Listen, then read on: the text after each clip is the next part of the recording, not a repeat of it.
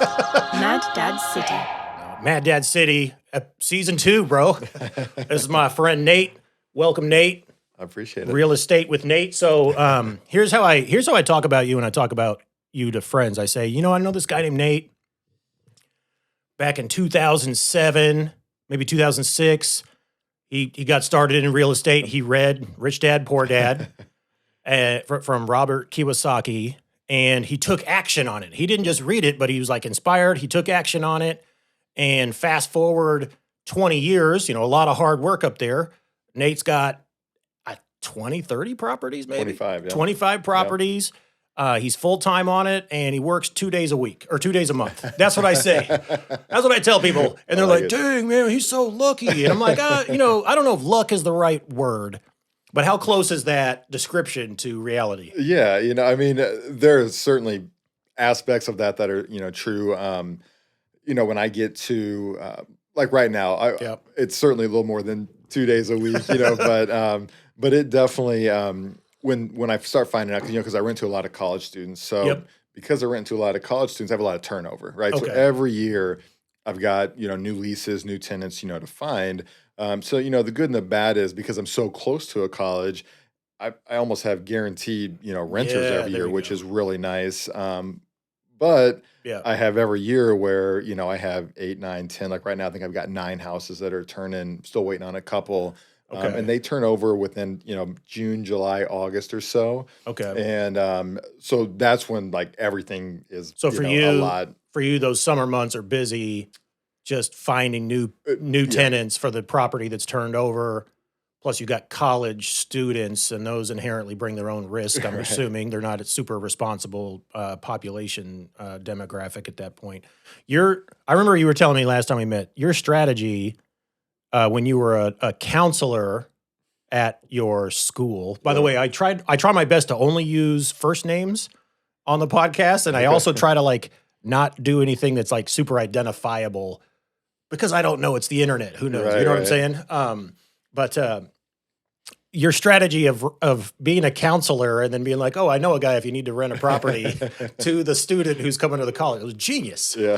So it was interesting because once I got a few, properties, and people would come up to me, come to my office and just be like, hey, I've heard you've got properties. And then because I was so close to everything, I could hit the properties on my way into work or when I went home. Nice. Or lunch break, I could go, because, what's it take you 5 minutes, and I'd have an hour of lunch. So I could run other properties, or if I needed to go to Home Depot, because Home Depot is real close.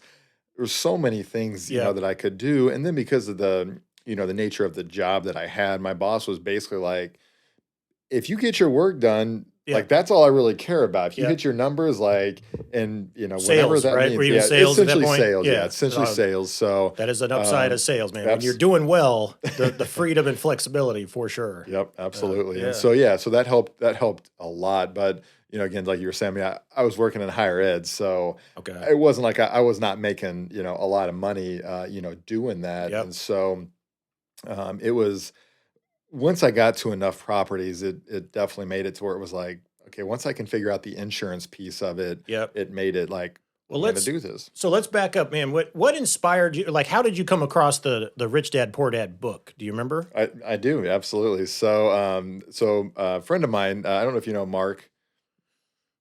We played with him at we don't use last names. Yeah, maybe. So I'm trying to think. I don't think he came on that on the ski trip with us, but because that's where I kind of met you guys through that. Mike and yourself, and of course Bert. Okay. Yeah. Was there one other person that came along? Nolan came with us. Nolan, too. Right. Nolan came with us, and I don't know if you. I still have those T-shirts. If you ever got one of those T-shirts, no. Oh, oh my God, you have a T-shirt, please. Yes, that would be fantastic. They're awesome. I'll have to dig it up. It's buried in the closet, but every now and then I break it out. that would be fantastic. Yeah, for sure. So Mark actually is the one that kind of got me, interested. He had actually purchased a house, in kind of what you're saying, 2006, 2007. He bought one. I want to say maybe 2004 or so. Really? And he was like, oh, I bought this house. And the thing back then, though, was they had these 80-20 loans that you could do. Okay. So basically, you didn't have to put money down to get into these houses. That's one of the questions I have for you later is, when you get to the setup. It was crazy. So Mark goes and buys his first house. 80-20 loan, no down payment. So basically you have to put 20% down, Yeah. right? So the 80-20 is 80%. So let's say, well, bank A, you put 80% down to, and bank B, you put 20% down to. Bank A did not care because they got their 20% down payment from Bank B. Interesting. So that's how you could get into those. Okay. But Bank B, those interests were quite a bit higher on that. So so when I bought my first house, I paid, and we can get into this too. Sure.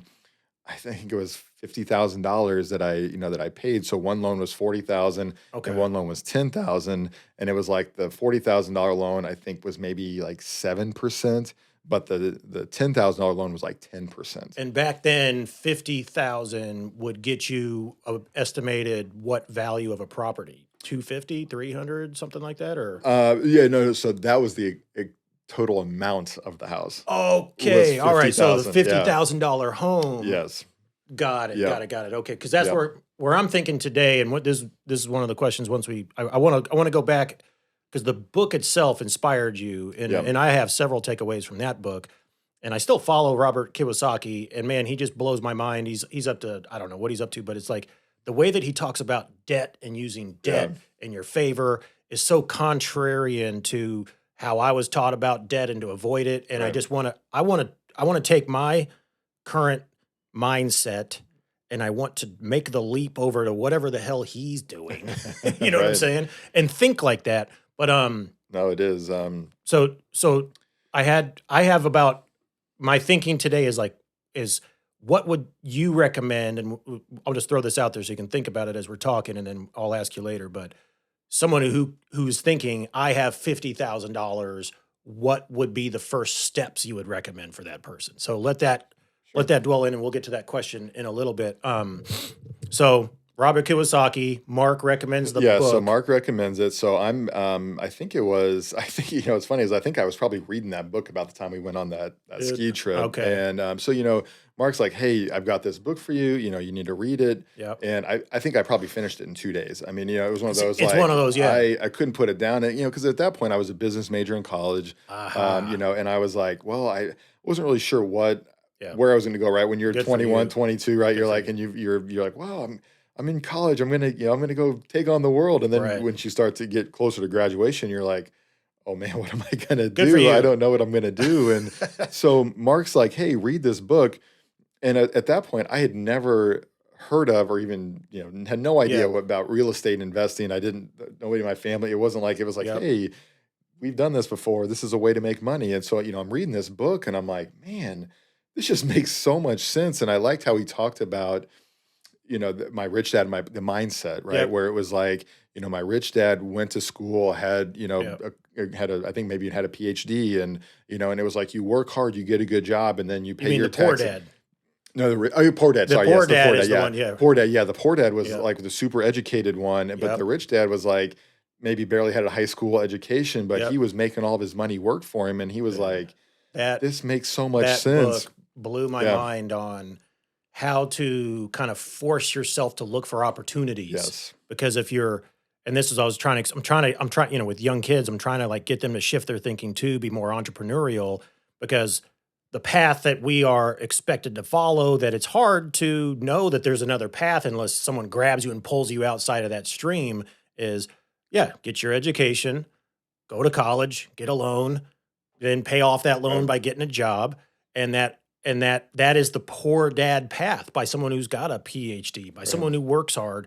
And then you've got this entrepreneur out there who, I think if I remember the story correct, takes his son and his son's friend and just puts them in situations where they have to think of a way to generate money from whatever situation they're in. And I think it was like he made him work at a gas station or something like that. Yeah, I think it's something like that, yeah. Where they didn't get paid anything, but they had to go and work there. And then throughout that, they discovered we could take the old magazines with the cover ripped off once they were, off the shelf, and then they could rent them out for 10 cents to their kids to come and read. That was genius. Right? But they would never have thought of that had they been making like $2 an hour. You know what I mean? And then they started making way more money. That's funny, man. You were reading that book right about the time that we met, because I thought that I was doing well launching a ski trip. Yeah, which at that point we were all like, man, that's at that point in life, it was. That was smart too. I tried to, I did it for 2 years, and it was perfect in the college crowd with the Christmas break, and everybody could ask their parents for the $350 or whatever. And at that point, I think on the first trip, when it was all settled, I had like $5,000 cash. You know what I mean? Just tax free, of course, at that point. You know what I mean? And like for a college kid, that was a lot of money. And one of the funny things, man, is when I was running that trip and setting everything up, because people would come by and pay their deposits, I saved everything. This is totally irresponsible. Don't ever, just not even probably safe. But I wadded everything up. It was like the first deposit I took to the bank before I could write the check to secure everything. I wadded like $18,000 up in like a ball with rubber bands all around it, just because I wanted to see the reaction of the clerk at the bank. So awesome. I had it stuffed in my coat, and I remember walking in there and I was like, I need to open up an account. And they're like, oh, great, you need to make a deposit. And I was like, yep. And so I was filling out the little paperwork, and she's like, well, okay, how much do you need to make? And I'd already counted it out. So I was like, I don't know. Boom, $17,000 and just wadded up a ball.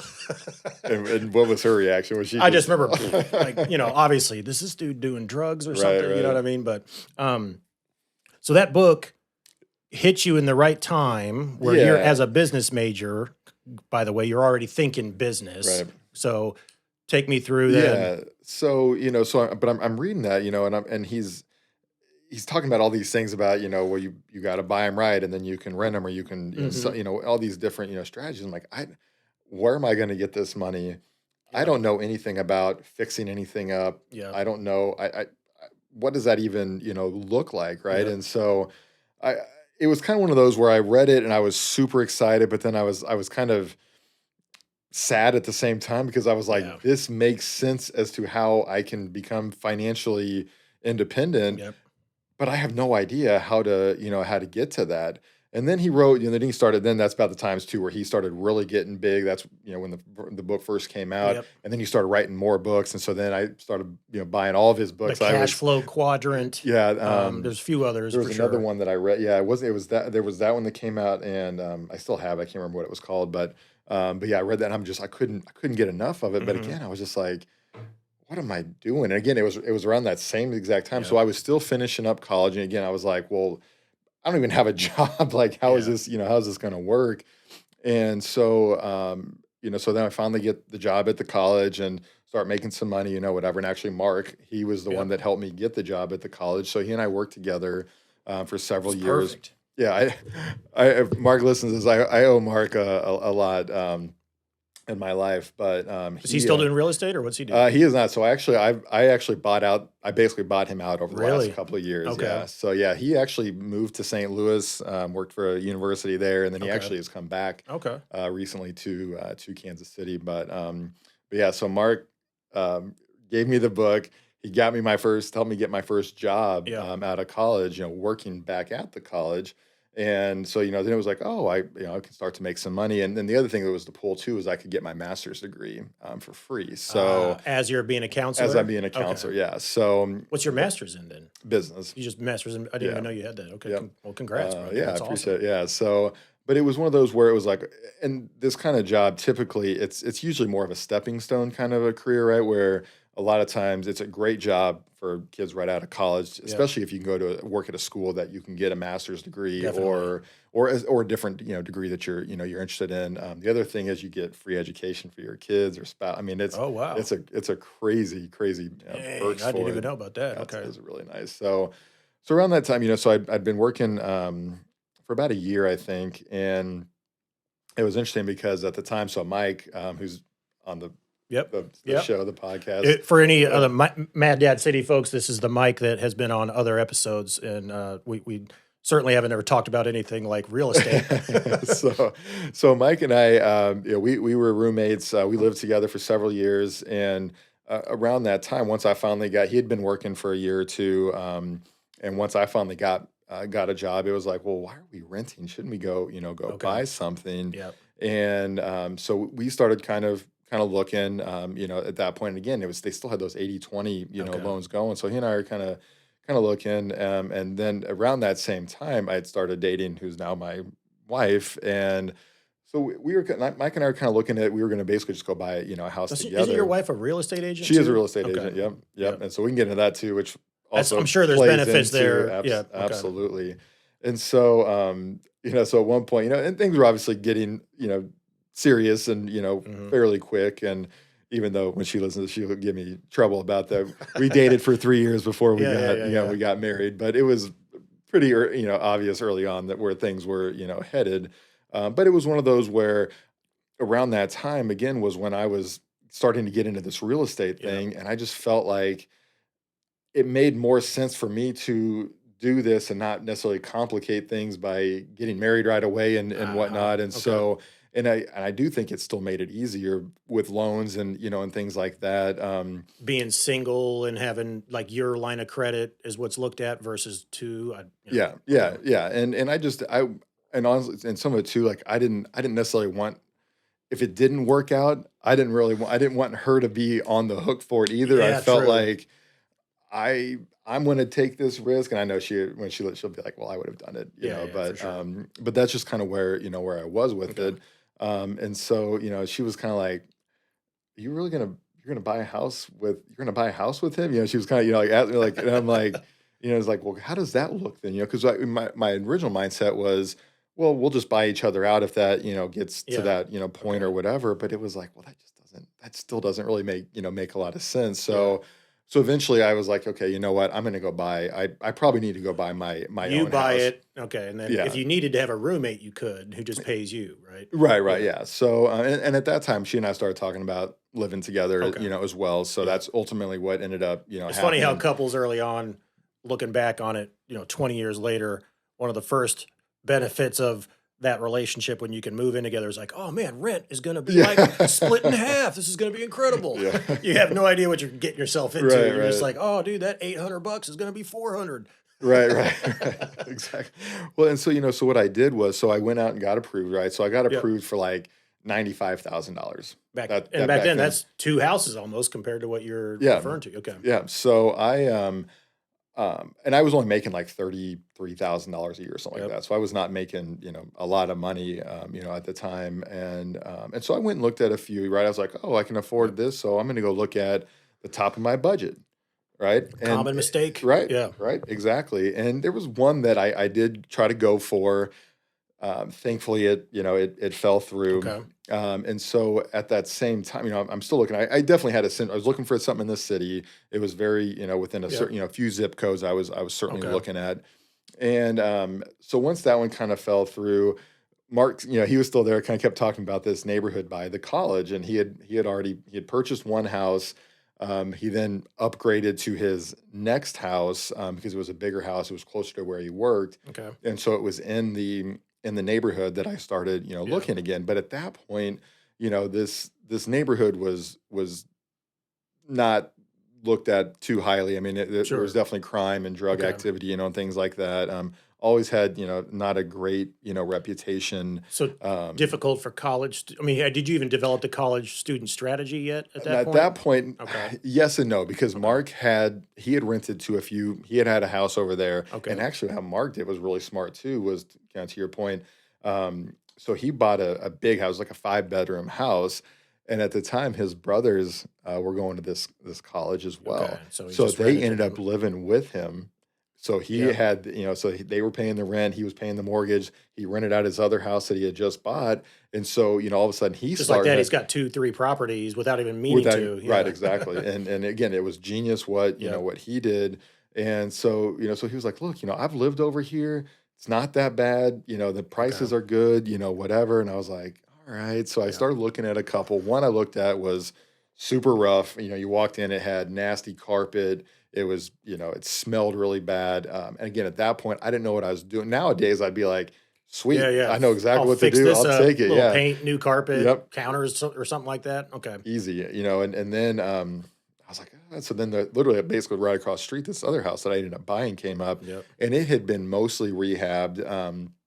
There was still a few things, some paint, things like that needed to be done, but it was $50,000. And again, so it was half of what I was, could afford. Okay. And so I looked at it with my wife, and she was like, "Yeah, let's." And it was a 2 bedroom, 1 bath, and so we were kind of where we were with it. It was like, you know what, if I get into it, and if I just don't feel safe here, we'll just go rent, an apartment together, and then I'll just rent this house. And I felt like because again, at $50,000, I think my payment was around $500. Yeah. So it was. So I felt like you could worst absorb the case, risk there if it didn't work out. exactly. Yeah. I felt like for $500, even if I couldn't, I could get somebody to pay me $500 to Yep. live there. Okay. And that's kind of how I looked at some of it as I kept buying stuff was, what's the worst case scenario? What's the worst case? How much is my payment? And surely I could get somebody to pay $500 or $600 for Yep. this time, regardless of the neighborhood. Sure. And so we bought the house, and it was one of those. At that time, I was watching a lot of HGTV, right? So we're watching a lot of these like fix it up shows and whatever. Fixer upper type, Yeah. Dude, funny story, man. I actually hung out with Chip did probably you? like 2 months ago because a good friend of mine from high school, one of my best friends from high school, Bert, and this other, I'm not even going to say his name because he's not comfortable with making it, but he's like Chip and Joanna's like right-hand dude. And so they were in town for Chip's birthday. He lives in Waco now and everything, but yeah, hung out, That's had dinner awesome. with Chip and like 5 or 6 other dudes, and Chip was a great guy, man. That's awesome. Good to hang out with, and it was interesting to see a true like A-list type celebrity Yeah. interact with and the challenges of just having a dinner at a restaurant. And by now he's used to that stuff. Yeah. But yeah, I mean, poor guy, like, dude, as soon as my friend would get up and move, somebody walking by would sit down and try to take pictures or shake his hand, and we're just having a meal. Yeah. But I mean, it was Chip Gaines, That's crazy. So Yeah. I didn't even know about that show for such a long time, or my wife watched it and stuff. But I know exactly what you're talking about. Yeah. So, and the one that I think it was called like Flip This House or Flip That House, and it had this Armando Montalongo was the guy, and then the other guy That's a great name. It was a fantastic name, and then the other guy, I think his name was Nathan, or one of the guys was Nathan, but he was played in the NFL or something, and he went to Yale, and then he started flipping houses.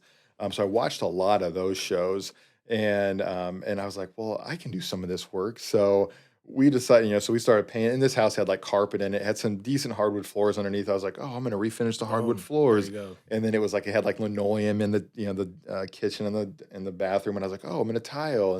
And so I tried to do all these things that I'd never done before, which was fun. I realized after I had then paid somebody to refinish hardwood floors, how much worth it is to pay somebody to do it, sure. because I completely wrecked the floor. I mean, there were there were divots everywhere. Especially if it's your first time. yeah, I mean, my only comparison there is like when I was a first time home buyer when we lived in Denver. You're all excited. I'm gonna do all these little fix up projects and stuff. And my dad and I started on a deck in the backyard, and he helped for like a week, and then he left and came back. Left town and came back here when we lived in Denver. And so then it was just on me, and I was moving at a snail's pace. And over a weekend, my next door neighbor had a crew come in, tear down his deck, put up his new deck. And so he's out there literally grilling and barbecuing on his brand new deck that hadn't even started when I had started my deck. And I'm still out there like hammering away, and he's just out there grilling. I was like, I think that was like the end of the road of like, I'll only do like the necessary projects. Other than that, man, this sucks. It is, and again, it's right, because by the time that you figure it out and you go, if you have to rent tools or whatever, and then you have to watch videos and you make 3 or 4 mistakes, and dude, you start over. Yeah, it's the people that that can do that they're worth their weight in gold. And plus, as you get a family, your time constraints compressed to almost like, so I try to explain to my kids now, like, when you get older, you get the questions, oh, do you like do you miss going to school or whatever? And I'll try to explain. I'm like, yes, absolutely, because you see friends every day. Rarely do I have a friend over to hang out with. And second, like, your weekend, especially when you get into like later in high school, college, a little bit after college, you get to do what you want. You know what I mean? Like that's amazing, and you take it for granted because you haven't ever had it really any other way until you have like, real responsibilities, your job, and kids start growing up. And next thing you know, man, I used to have 10 hours on a weekend or 20 hours or whatever. Now I got like 15 minutes. So do-it-yourself projects, like, just don't ever get done because you have other stuff to do. Right. Yeah. Absolutely. And the thing that was nice about when we were over there, and we spent probably a month after I bought it. So, Just it was fixing it up? just fixing Okay. it up and doing all those things. So the nice thing again was I didn't have a payment, right? So Yeah. I'm doing all that, so the payment, and it might have been one of those where I was able to skip. They had these deals, First right, where 2 you could months skip or the 2 whatever. months or Yeah, whatever, yeah. right? So that was kind of nice too, that I could save some money, right? That Yep. I didn't have. I mean, I still had my rent from where I was living, but I didn't have to pay the mortgage payment and the rent Yep. payment, and so I could use some of that money for fix-up costs and whatever. And then my wife's dad, he came over, and it's one of those, like, I still talk about that. So the floor over there, the kitchen floor that we did, we Yeah. tiled it and did all this. Okay. Again, we didn't. It's okay. It was that bad? It was. It's okay, but we didn't get anything leveled. So once it's not Okay. completely leveled and you step on, stuff starts Yeah, shifting and whatever, grout starts breaking. But it's one of those, like, and if it was any other house, I would have torn that floor up and we would have done something else. Sure. But her dad passed away not too long after Okay. so we did that like in the fall, and he passed away in the So you wanna summer. keep it. So Yeah. it's one of those that I'm like, it's kind of a, for me, and she's kind of said, she would be okay with it, but I don't know, there's something about, like, he and I worked on it together, Totally and get it, yep. so I'm like, and I tell everybody that too when they come over to look at the house. I'm like, I did this. I'm not ripping it up. That's the way it kind of looks like this. And here's the reason why. And of Yeah, course, yeah. everybody's like, oh, that's great Yeah, or whatever. okay. So the other thing that was nice though was, because I had a month to be over there, after work. Again, I worked Yep. real close, so I could stop by. Is that I got a chance to get familiar with the neighborhood, so to speak, right? Yep. So, right. So again, I was real nervous about buying a house in this neighborhood, just all these preconceived notions, and but then once I started working over there, I was like, it's really quiet over here. I don't hear anybody. I don't see anybody out. Like, Yep. this really isn't. So you're going off of, like, data from the county or something on that neighborhood, crime rates, et cetera, gave you a perception, but once you had been there, Yeah. completely flipped on what Just you were completely experiencing in flipped, yeah. reality. Yeah. And even because it was so close to the college that I went to, that you heard things being a student too. There was like, oh, the neighborhood, Okay. and certainly people had actually it's way better now, but Sure. there were times where kids would walk in the neighborhood and would maybe get mugged, or Well, cars would get didn't broken Mike get into. his car shot up He right in did, that right, area? exactly. Yeah, Yeah, yeah. exactly. So exactly, Okay. stuff like that, when things like that happen, you're Yeah. like, you're gonna live over here, right? And then it was like, and then again, right, it was just gonna be, again, she was my girlfriend at the time, my wife now though, but it's one of those, and I tell her, I'll always be, grateful, whatever, for loyal, whatever, to her, because she was like, Let's do it. let's do it, Yeah. and it wasn't even like a hesitation. It wasn't like, are you joking me? No, there's no Yep. way that I would live in this neighborhood. I'm not doing it. But she, never, You got to take those doubted, risks, wavered. man. You got Yeah. to take those risks. So that's the launching point. You Yep. got a property. When did you get a tenant in there for the first time? So we actually lived in this one. Okay. So we lived in it. And again, and it was like, we got, in there a few months, and it was like, oh wow, this isn't too bad, Yep. And then about, I would say, so that was 2006. That was fall of 2006, and it wasn't until the next summer, basically, that I was able to Really? buy my first Okay. rental at that But point. that whole time from the fall of 06 to the summer of 07, Mhm. that's what you were thinking about. Yes. You were, how do I do this? Let's look at these other properties. And I think you ended up buying in the same neighborhood. I did, didn't you? yeah, Okay. exactly. So literally one block over. Yep. So this house came. So again, right, if anybody remembers, in 06, that was basically the height of Yep. the real estate wherever before it crashed. Yep. And then 07 basically is when everything just started cratering. tanking, right? Yep. Yeah, it just started tanking. And so again, because I went with half of what I could afford, You I still had leverage in Got there it. to go bring on more debt. Okay. And so, this other house pops up one block over. It's a 4-bedroom, 1.5 bath house, but it's a massive house. Easily you can make it a 5, and I could still probably make it a 6-bedroom. I mean, it's a big, big house. Okay. And so it pops up for $120,000, and I'm like, there's no way that anybody's paying $120,000 Yep. for this. And so what happened, right, is it was foreclosed on. That's what the note was. So that's, what they were Yep. trying to get for it. Okay. So I went in, offered him half for it. I offered him Okay. 65, or maybe not quite. Maybe it's 60 or 65. I offered him for it. Okay. And of course they said no. They countered with 118. I was like, well, I'm done with this. Yep. So, and this happened pretty quick after I got into the first property. Okay. So I just waited back. I was like, you know what? And so again, so I kept my search going, right? I had my real estate agent who was not, my wife was not an agent at that point. So I kept the search going. So anytime, and I just had certain zip codes that they would, pop up.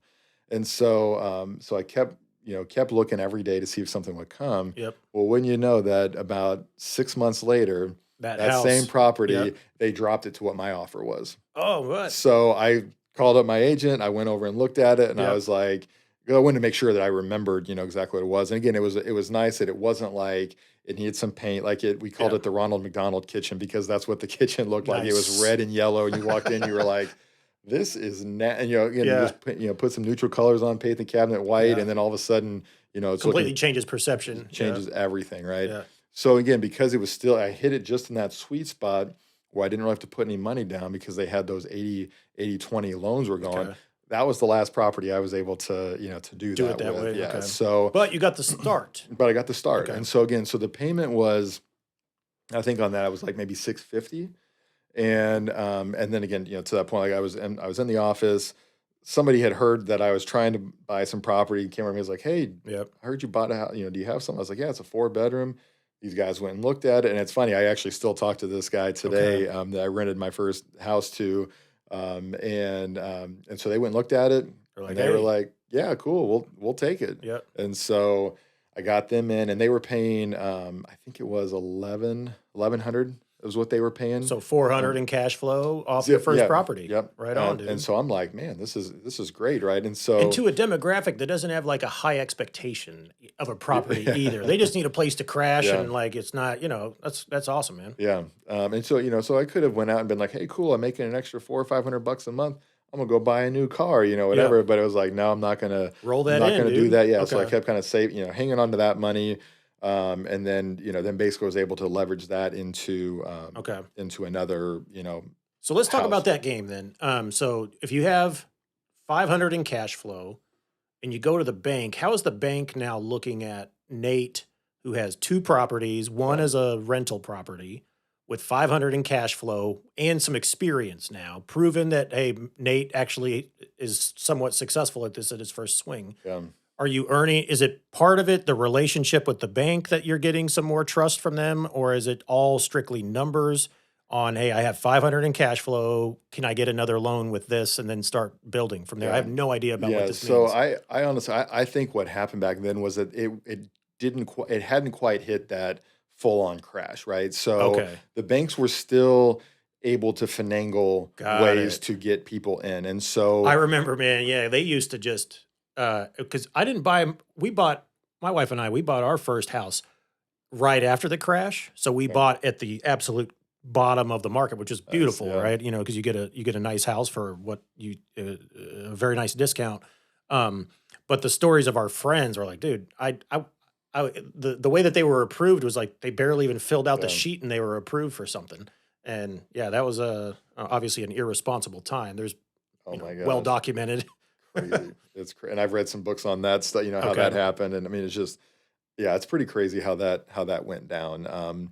And so again, I think that's why the bank, I think they looked more at, they were able to, and actually it wasn't even it was a bank, but I went through like a mortgage, like a company, like it was like a broker that I went to. And so it was a friend of a friend, that was like, hey, I work for this, group, whoever, I'm sure they don't even exist anymore, but when they could turn out mortgages, left and right. Yeah, they're begging you to ask for a loan. Right, exactly.